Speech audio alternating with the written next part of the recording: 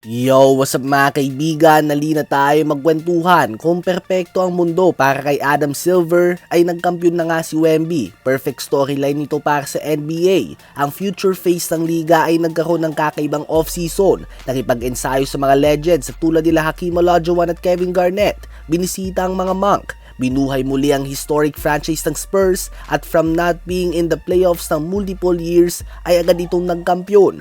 Ganun pa man ay hindi nga ganito ang mundo at tila ba kailangan muna makatikim ni Wemby ng kabiguan bago ito magkampiyon tulad lamang ng ibang superstar. Halimbawa si Michael Jordan. Oo, malinis sa 6-0 ang kanyang record sa NBA Finals. Subalit bago ito umabot dito ay madaming taon din nga ng kabiguan ang kanyang natanggap mula sa Detroit Pistons at Boston Celtics noon. Hindi naman ito pumasok sa playoffs at nagkampiyon kaagad.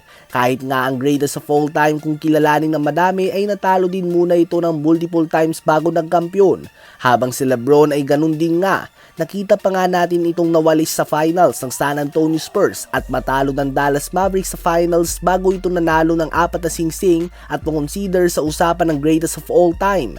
Si Giannis at Jokic ay ganun din. Bago sila magkampiyon ay madaming first round exit and second round exit ang kanilang natamo. Ganun din si Steph Curry. Lahat nga ito dumadaan muna sa matinding pagsubok bago magkampiyon. Subalit ang totoong kwento dito ay kung paano sila bumangon matapos na malubog at matalo. At para kay Wemby ay ito pala nga mga kaibigan ang magiging simula ng kanyang kwento. Kumbaga kapag naging superstar na talaga siya, nagkampiyon at kung ano pa mang accolades ang kanyang makuha, kapag binalikan mo ang lahat ay ito nga naging turning point ng kanyang career. Ito nga ay kung magagawa niyang bumangon at gamitin ang pagkakatalo na ito bilang motivation. Sa mga sitwasyon nga na ganito nabubuo ang mga legend at kung mananatiling kumpiyansa at malakas ang loob ni Wemby, ito nga magiging simula ng kanyang kwento.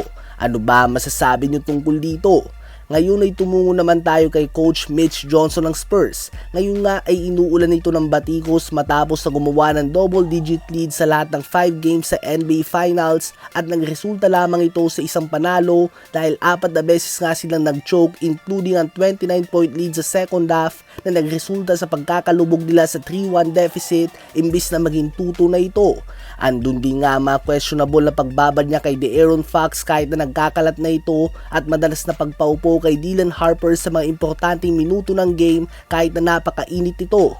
Madami rin ng pagkakataon kung saan sa fourth quarter ay hindi nabibigyan ng pagkakataon si Harper at tama naman ang mga fans sa pumalpak talaga si Mitch Johnson noong finals. Ganun pa man ay kailangan din nga natin siya bigyan ng credit dahil wala naman nag-akala in the first place na aabot ang Spurs dito.